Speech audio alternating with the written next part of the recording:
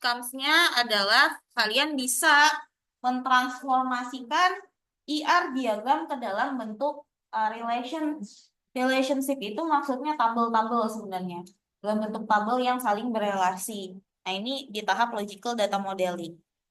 Topik yang akan kita pelajari terkait relational data model, kemudian integrity constraints, lalu bagaimana mentransformasikan diagram IR yang kita desain ke dalam bentuk relationship atau tabel-tabel, ya.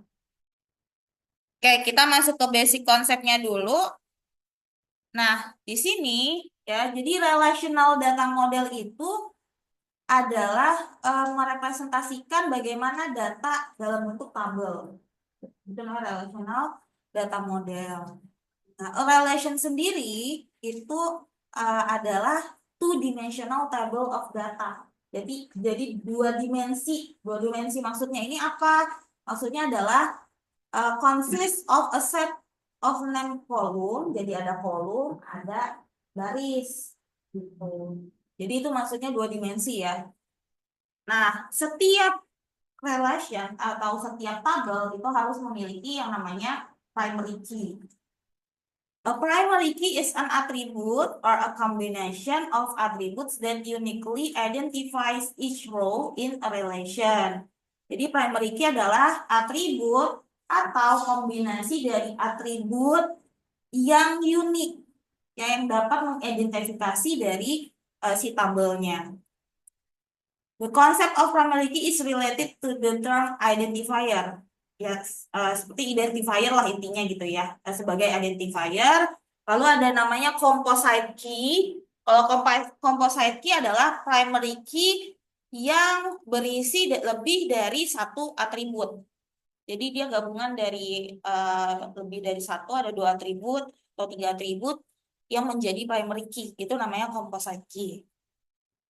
Lalu ada juga yang namanya foreign key. Kalau foreign key adalah atribut atribut key di tabel yang di tabel asalnya itu dia sebagai primary key.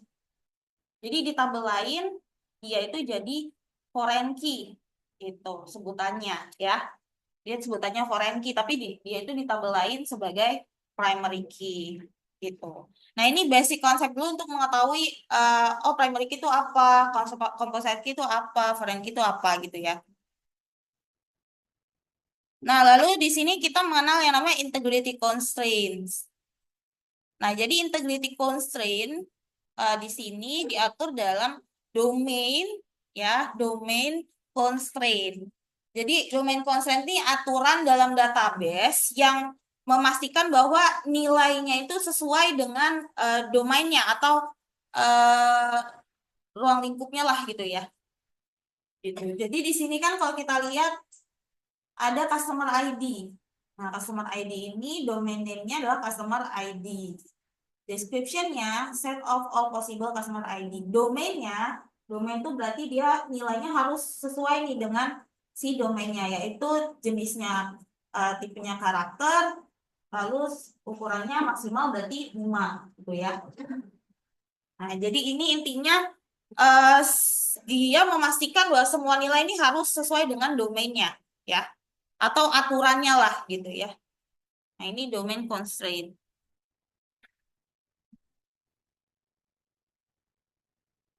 Nah, lalu di sini ada yang namanya entity integrity. Nah, entity integrity ini aturan yang memastikan bahwa setiap entity ini harus memiliki primary key. Dan tidak ada primary key yang nilainya itu 0. 0 itu apa? Kosong ya, bukan 0 ya. Kalau 0 berarti udah masih ada isinya. Tapi ini kosong. Itu aturannya ya. Jadi tidak boleh ada primary key yang 0. Ya, lalu di sini ada lagi aturan untuk memastikan hubungan antara tabel itu tetap valid, ya. Jadi di sini setiap relationship itu harus memiliki foreign key tapi tidak boleh null. Jadi foreign key-nya juga nggak boleh ada yang null untuk relationship yang mandatory. Nah, kalau relationship yang opsional, foreign key-nya boleh null, gitu.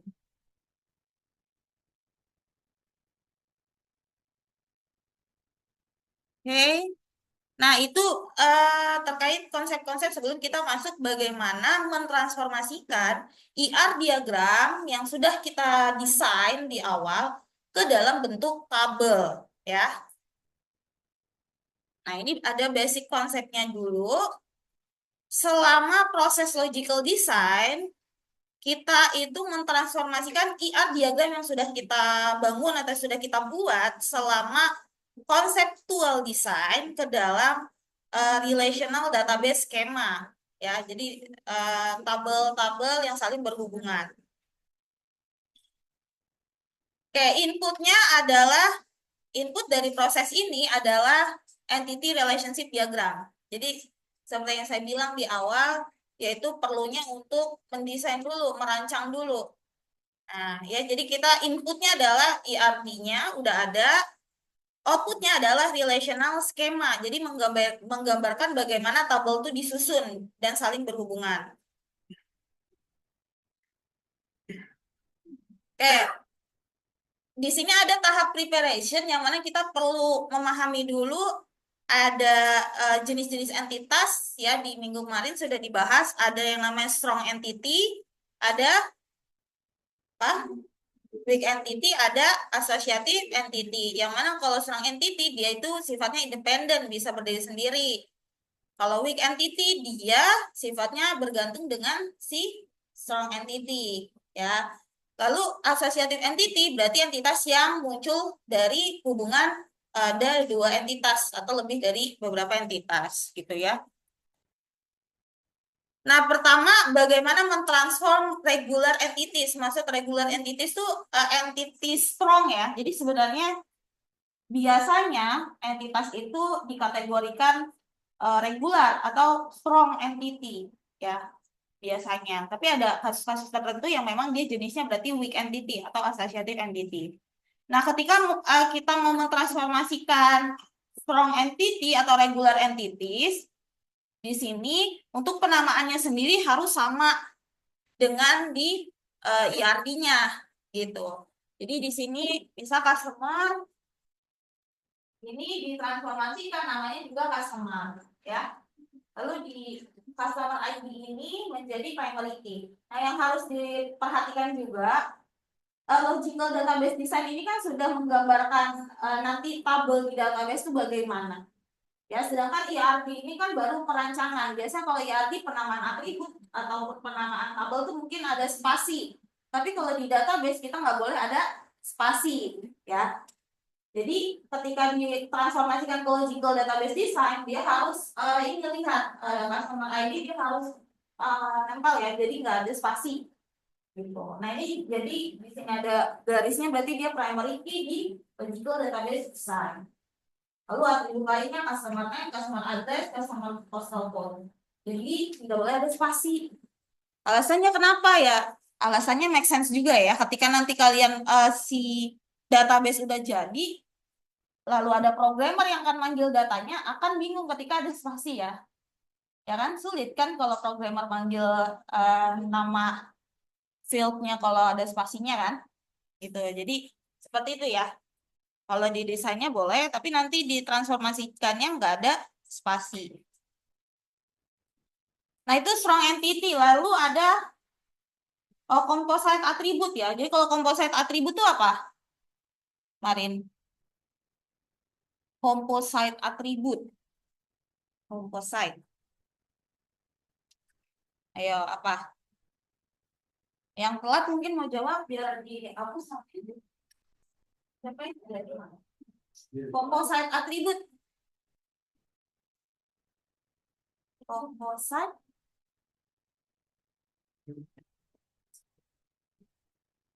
Ya. Coba lihat di sini yang jadi composite atribut mana? Dress. Berarti composite atribut adalah atribut yang dipecah menjadi beberapa part. Gitu, kayak alamat itu bisa dipecah jadi ada kode posnya, gitu ya. Sorry, kode pos beda lagi. Ada jalan, ada kota, ada negara, ya, state, ya. Ada negara.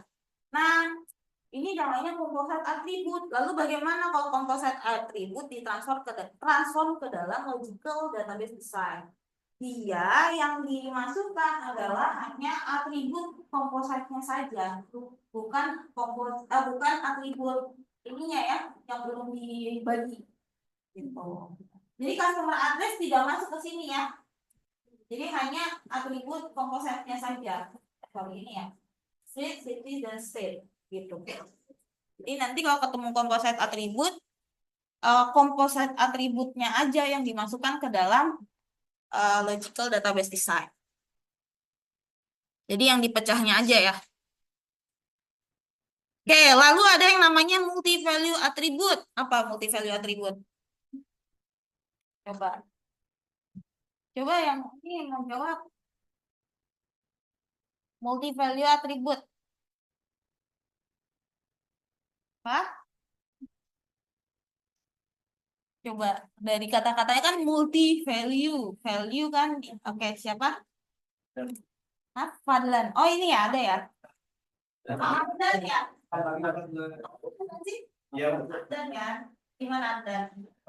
Jadi multi-value attribute itu adalah atribut yang bikin nilai.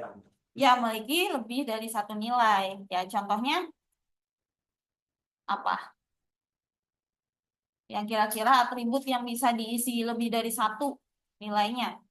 Kayak apa nih? Ya, nomor kan ada dua gitu ya. Lalu misalnya skill pegawai bisa lebih dari satu, ya kan? Nah, jadi yang diingat multi value itu multi ya, namanya multi berarti kan lebih dari satu. Value itu nilai, berarti atribut yang memiliki lebih dari satu nilai. Nah, kalau untuk multi value atribut, bagaimana kita mentransformasikannya? Di sini, ketika ada di desain konseptualnya ada skill, maka dia menjadi entitas sendiri. Jadi akan jadi satu tabel sendiri. Ya, dia nggak nempel di employee. Dia perlu ada satu tabel sendiri. Gitu, untuk multi value attribute. Maka dia akan menjadi tabel atau entitas baru yang namanya employee skill. Dia di sini lihat ada employee ID, yaitu primary key-nya, uniknya. Dia akan tetap masuk ke tabel employee skill karena dia ada hubungannya dengan si employee. Jadi dia menjadi foreign key ya di sini. Ya, di employee skill dia akan menjadi foreign key. Nah, di sini kan diisi employee skill ini nggak punya primary key ya. Sedangkan satu tabel atau satu entitas itu harus punya hanya satu primary key. Kalau foreign key boleh lebih dari satu. Foreign key itu untuk menjaga hubungan tuh antar entitas gitu. Oh, jadi ada referensinya nih. Si employee skill itu kan nanti diisinya employee-nya yang mana? Yang punya skill itu kan? Berarti dia harus ada hubungan dengan si employee ini. Jadi yang primary key di sini jadi foreign key di employee skill. Tapi si employee skill harus ada primary key. Nah, kalau kasus ini, kalau kita pakai primary key yang gabungan dari employee ID dan skill, perlu kita pertimbangkan apakah nanti database-nya akan jadi lama atau tidak ketika nilai primary key menjadi panjang. Nah, kalau kita pertimbangkan itu, berarti kita perlu yang namanya apa? Kalau minggu kemarin. Yang namanya apa? Si buatan itu apa namanya? Kunci buatan? Wah, kemarin pernah dibahas. Kunci yang auto increment. Auto increment yang langsung bisa otomatis. Namanya surrogate key. Surrogate key. Jadi bisa kita pakai surrogate key nanti jadi primary key yang namanya employee skill ID. Gitu. Oke? Nah, sampai sini masih nyambung, teman-teman? Masih ya?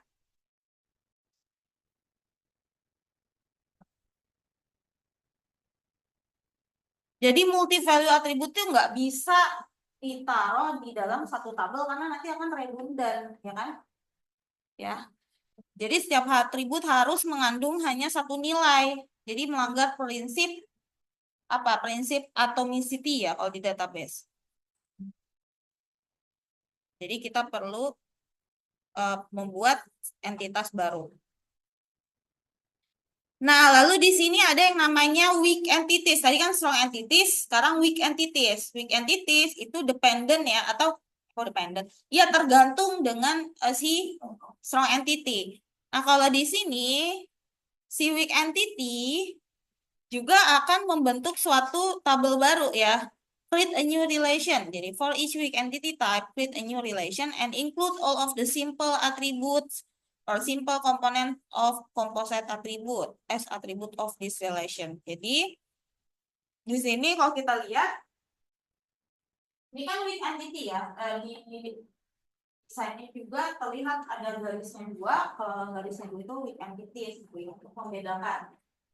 Nah, ini seperti employee dengan relasinya ke dependent. Dependent ini adalah tanggungan. Jadi, setiap pegawai punya tanggungan tua, anak, gitu ya. Nah, ini kan dia akan eksis jika ada employee. Gitu ya. Jika ada tabel employee. Jadi, ini weak entity. Nah, untuk weak entities, semua ya semua atribut yang ada ini kan komposit ya, komposit jadi di sini gitu ya, di atribut di entitasnya. Lalu employee ID juga jadi foreign key ya dia jadi foreign key di sini. Nah, kalau ini primary key-nya itu kan harus satu. Nah, jadi itu kita bisa juga membuat yang namanya surrogate key ya. Itu oke.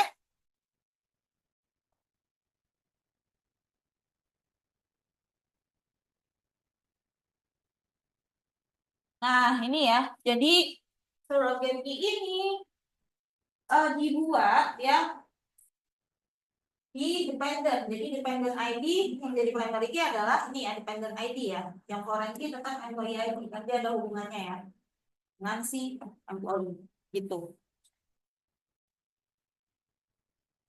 Oke. Kalau ada yang bingung tanya langsung ya. Oke, nah tadi kita memappingkan entitas, sekarang kita memappingkan mentransformasi relasinya ya. Jika ada relasi one to many itu gimana diterjemahkan ke logical database design. Nah, untuk setiap relasi one to many di sini dia akan menjadi dua entitas yang berbeda gitu ya. Dia akan ditransformasikan menjadi dua tabel ya.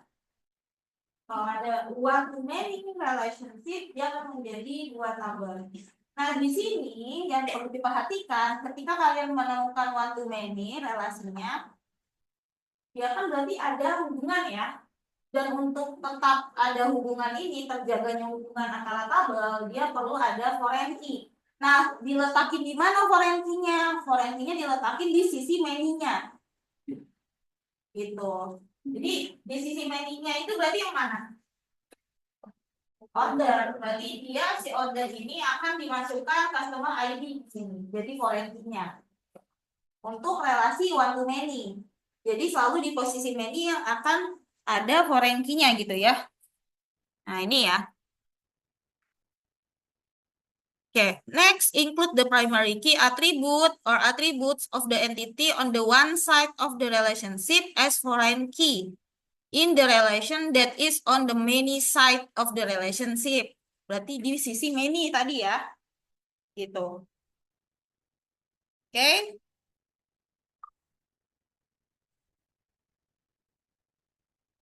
Sampai sini masih nyambung? Masih?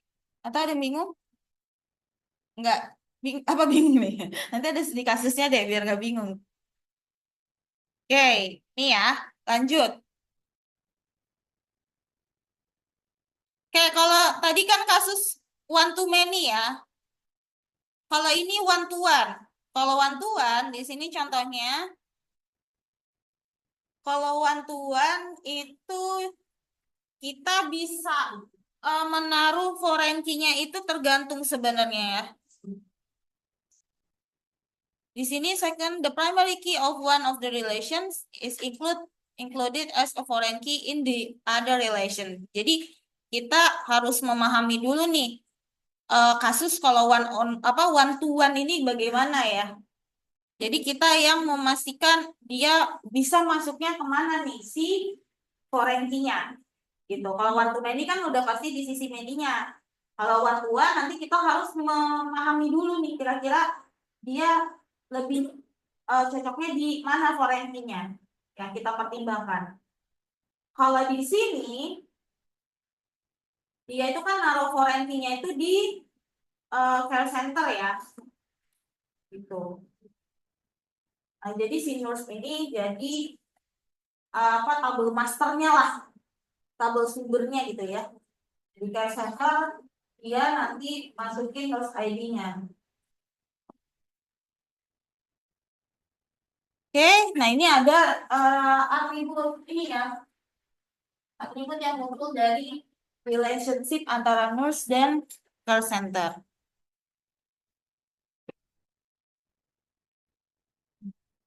Oke, lanjut ke many to many.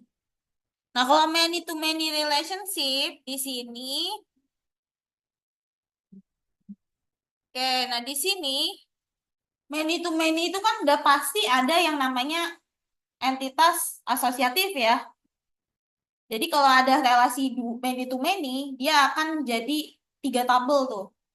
Di tengah-tengahnya ada tabel, ada entitas yang menghubungkan antara many to many relationship gitu. Nah, berarti di sini si that completed ini akan jadi satu tabel sendiri ya, yang disebut associative entity. Entitas yang muncul dari hubungan antar dua entitas atau lebih. Nah, kalau khusus yang tabel penghubung ini, dia harus menyatakan foreign key dari primary key tabel yang berelasi. Nah, di sini di tengah-tengah si kompleks ini harus ada employee ID dan juga boss ID. Gitu. Ya. Gimana? Apa yang bingung?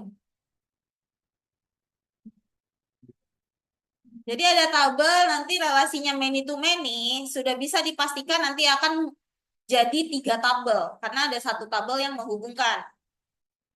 Ya. Seperti ini ya, si employee berhubungan dengan si pegawai berhubungan dengan kursus, dia harus dihubungkan nih kapan si kursusnya itu selesai. Tuh. Jadi tahapannya nanti ya kalian ketika merelasikan sebuah studi kasus, misalnya hubungannya many to many, paling kan jadi 2 tabel dulu nih. Ya, 2 tabel dulu nih. Oh, many to many. Nah, pas many to many kalian harus mikir nih. Oh, berarti harus ada satu tabel yang menghubungkan. Gitu. Nanti di tengah dibuat satu tabel. Ya, jadi dia yang asosiatif entity-nya. Untuk garisnya itu memang nyangkut di tengah gitu atau gimana maksudnya? Kalau di desainnya seperti ini di Yang atas. oh, yang atas. Kalau yang kemarin kita Oh, ya. Jadi ini kan namanya kita merancang atau mendesain tuh bertahap ya, ada prosesnya ya. Jadi prosesnya nggak langsung kalian, oh ini asosiatif entity gitu. Jadi kalian tuh apa logikanya kita mendesain tiba-tiba pas muncul ini kan oh di sini perlu ada that completed nih, ada atribut sendiri yang muncul dari hubungan antara employee dengan host ini kan. Nah, untuk menentukan si that completed ini perlu jadi entitas sendiri, kita juga harus memikirkan apakah dia perlu identifier unik atau enggak. Kalau dia perlu identifier unik, dia wajib jadi satu entitas sendiri karena di hubungan ini, jadi atribut ini dia nggak boleh ada identifier kan. Kalau menurut kalian nggak perlu, ya di desainnya tetap ada nih. Oh ini muncul karena perlu didefinisikan nih dari hubungan ini sama ini. Kalau cuma atribut aja ya maksudnya ke tabel bisa employee atau course ini ya. Misalnya. Tapi ketika kalian berpikir, oh ini nggak bisa cuma satu atribut aja, ada atribut lain, nah itu harus dijadiin satu entitas sendiri. Dan butuh yang namanya primary key, gitu, atau identifier. Identifier-nya dari mana? Kita bisa bikin pakai surrogate key gitu ya. Nah, terus ditransformasikan ke logical, dia akan jadi satu tabel juga ya. Satu tabel sendiri. Yang dia itu juga terhubung dari primary key masing-masing nih, yang berelasi. Jadi foreign key-nya. Tapi dia belum punya primary key itu. Jadi dia akan jadi uh, tambah surrogate key di situ. Oh, nggak ada ya di sini afternya. Nah, gitu sih. Gimana, Masnya? Ya, jadi tuh sebenarnya kalian database tuh kayak kalau mau desain memang alur berpikirnya tuh bertahap. Relasi ini, oh pas many to many, eh kalau many to many itu biasanya muncul tuh satu tabel yang harus terhubung ya. Dan kalau di materi ini memang dipastikan selalu ada satu tabel yang menghubungkan, yang namanya associative entities. Ya, jadi seperti itu ya. Nah, ini ya, jadi for such a relationship, create a new relation, gitu kan. Nah, ini khusus untuk many to many. Oh ya. Nah, di sini associative entities digunakan untuk memodelkan hubungan many to many. Ya, jika tidak ada identifier khusus, bisa menggunakan composite key, gabungan dari dua atribut. Tapi kalau dirasa nilainya akan memberatkan database, kita bisa pakai surrogate key. Itu. Nah, seperti ini ya. Seperti ini juga contohnya. Kalau tadi kan contohnya atribut yang muncul ya. Terus kita langsung mendefinisikan karena perlu jadi satu entitas, kita buat entitasnya. Nah, ini dia sudah jadi satu entitas asosiatif ya dari hubungan many to many. Segment ini ya diterjemahkan juga kan jadi satu tabel ya, satu tabel sendiri yaitu segment ID, itu surrogate key-nya. Lalu dia juga ada foreign key dari masing-masing tabel yang berhubungan. Kenapa perlu ada foreign key-nya? Karena dia agar bisa terus berhubungan ya, berelasi gitu antar tabel. Karena dia referensinya kan harus ada customer sama vendor ya. Kalau customer ID-nya aja, nanti vendornya yang mana? Kan bingung kan? Tuh. Nah, itu ya. Yang dari komputer tadi itu memang dikasih dari informasi karena itu belum dibikin apa entitas entitas sendiri. Jadi itu yes, ya. Jadi proses berpikirnya nanti ya kalian mungkin pas many to many ada satu atribut nih. Satu atribut ya kalau butuh identifier lagi ya dia berarti tapi biasanya many to many itu udah langsung jadi 3 tabel sih. Jadi bisa aja langsung dibikin entitas asosiatif ya. yang kan tadi dari komputer itu kan Belum dijabarin lagi. Ya, belum didetailin sama dia. Tapi si date completed ini dia bisa dibikin namanya tabel sertifikat kan? Ya, jadi sertifikat ID, date completed-nya. Jadi ada atribut sama ada identifier-nya. Oh. Oke. Nah, lalu ada relasi unary. Unary itu relasi di mana satu entitas berhubungan dengan entitasnya sendiri. Contohnya apa? Contohnya ada tabel employee atau pegawai. Dia misalnya bisnis rules-nya satu pegawai bisa um, memanage atau bisa jadi mentor pegawai lainnya. Oh. Jadi di sini one to many berarti lebih dari satu ya. Satu orang pegawai bisa mementori banyak pegawai lainnya. Nah, berarti kan dia dibikin tabelnya hanya employee aja, tapi dia berelasi dengan dirinya sendiri. Nah, lalu gimana kalau diterjemahin ke tabel logicalnya? Nah, di sini kan berarti harus ada hubungannya tetap ya. Tapi dia tetap di tabel employee juga. Nah, kita perlu menambahkan satu foreign key, yaitu manager ID. Tapi isinya manager ID ini isinya adalah ya isi data si employee juga. Kan database nggak boleh duplikat ya.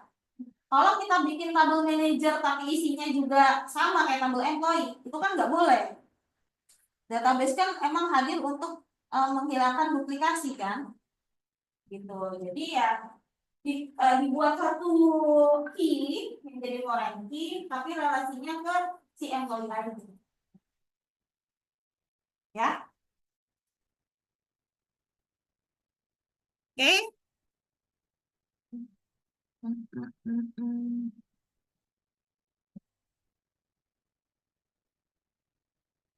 Nah, nanti berarti foreign key-nya itu opsional. Karena bisa jadi kan pegawai ada yang nggak jadi mentor kan. Tapi primary key nggak boleh null. Berarti foreign key boleh null ya. Tergantung apakah mandatory atau opsional. Gitu. Ya, kalau di sini berarti kan opsional ya. Ini ada tanda ini ya. Tanda bulat itu kan opsional. Berarti boleh kosong tuh.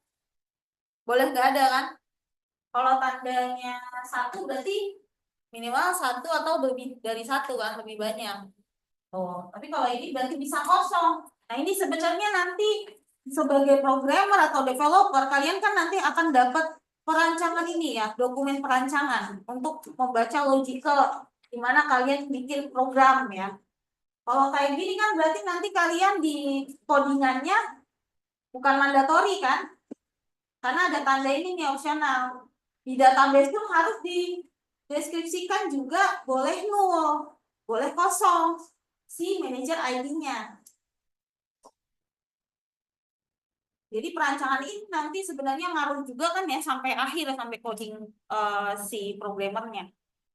Ya programmer juga kalian kalau jadi programmer harus bisa baca diagram ini nih IRD. Kalau ada ini opsional berarti ngodingnya oh ini memang opsional nih jadi boleh kosong. Tuh. Jadi emang saling nyambung ya database ke programmer coding. Oke, tadi one to many. Nah, sekarang many to many relationship. Oh, many to many relationship contohnya di sini item berhubungan dengan komponen ya. Berhubungan dengan itemnya sendiri, tapi akhirnya dijadikan satu tabel sendiri sih. Jadi komponen ya di sini.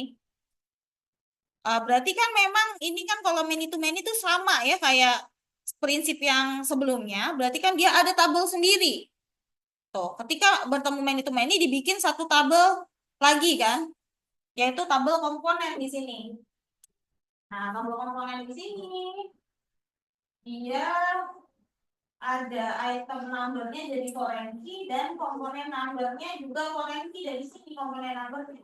Jadi item ini isinya juga referensi untuk si komponen berarti ya. Datanya berarti sama. Tapi karena many to many dia bikin satu tabel sendiri. Ya kan?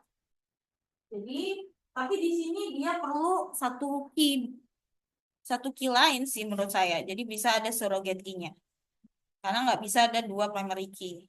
Atau kalau make sense untuk digabung jadi item number gabungan sama komponen number itu jadi primary key-nya ya boleh aja. Kalau nanti nilainya nggak memberatkan database ya. Tuh. Oke. Nah, lalu di sini ada lagi namanya ternary relationship. Itu berarti kan lebih dari apa tiga ya malah entitas ya, tiga entitas ya ternary. Tiga entitas yang saling berhubungan. Nah, ini juga sama sih kasusnya ya. Dia juga dihubungkan sama yang namanya eh, satu entitas baru yang namanya patient treatment. Ya, jadi ini adalah hasil pemetaan mapping tiga entitas. Perlu ada asosiatif entitas ya yang menghubungkan. Ini juga luaran dari many to many juga sih. Tapi ini kasusnya ada tiga entitas yang saling berhubungan, pasien, dokter, dan treatmentnya. Nah, untuk menghubungkannya ada atribut tambahan nih. Kapan treatment-nya berlangsung, waktunya, dan juga hasilnya. Nah, ini bisa jadi associative entities, ya. Jadi bikin tabel sendiri nih, seperti ini. Nah, prinsipnya sama, setiap associative entities, dia harus menyertakan foreign key, yaitu primary key dari tabel yang saling berhubungan. Nah, dia jadi foreign key nih di sini. Semuanya 3 entitas yang berhubungan itu jadi foreign key di tabel associative entities atau tabel yang menghubungkan di sini yaitu patient treatment. Isinya treatment date-nya, treatment time-nya, dan hasilnya, ya. Nah, akhirnya dijadikan ada surrogate key-nya di sini ya, yaitu treatment ID, kan?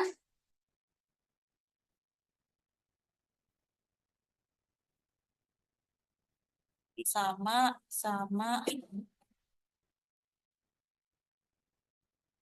Oke, ini sama. Oke, kita masuk ke supertype or subtype entity. Supertype itu apa? Supertype entity. Ayo, kemarin. Ayo, yang ini yang kelas jadi bisa. Kemarin. Supertype entity. Supertype apa? Subtype apa? Supertype apa? Subtype apa?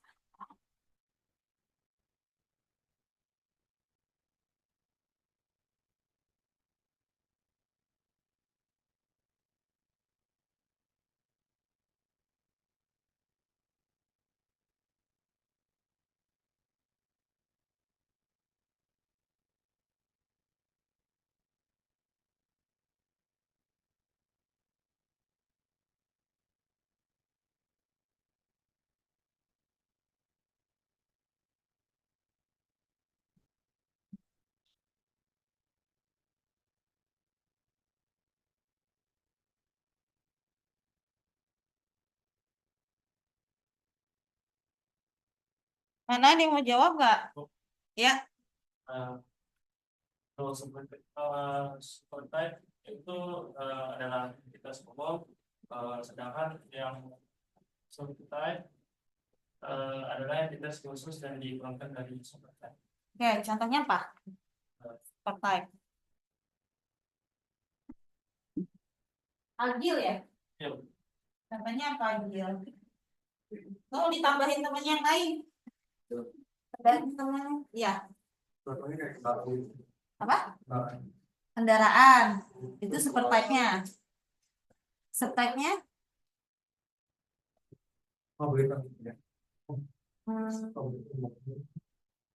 Enggak. Subtype-nya apa? Kendaraan bisa dikategorikan apa lagi? Jenisnya apa? Misalnya truk,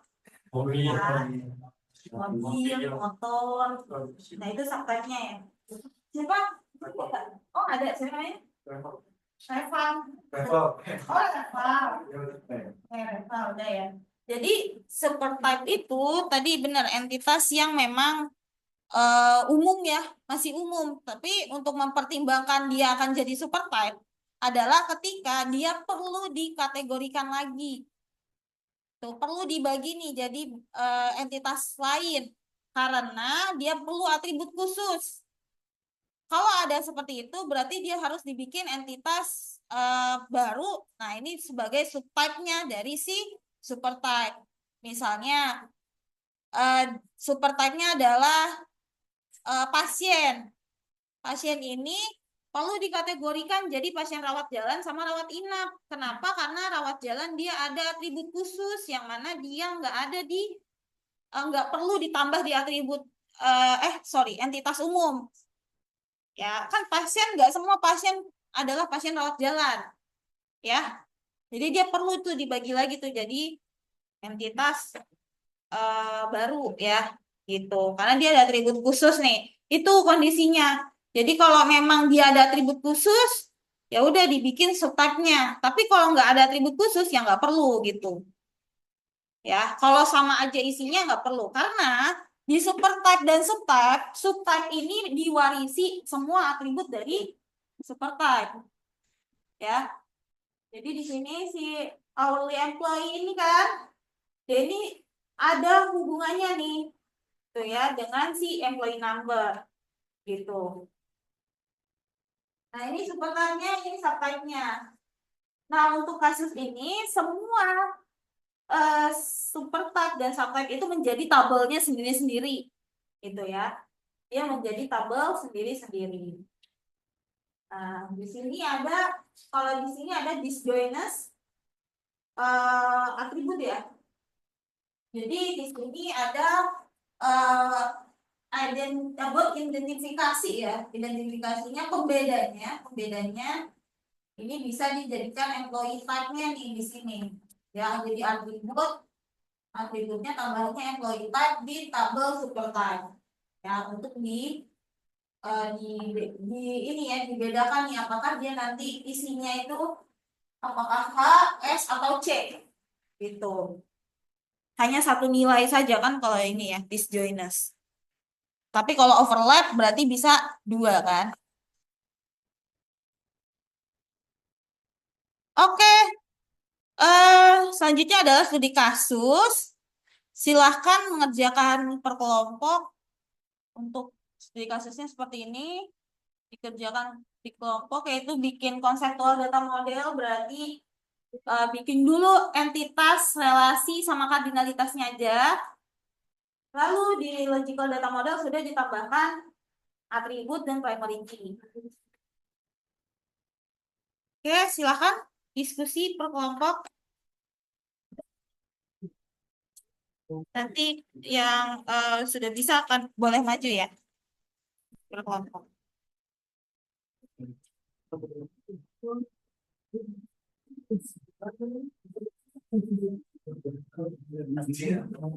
Dua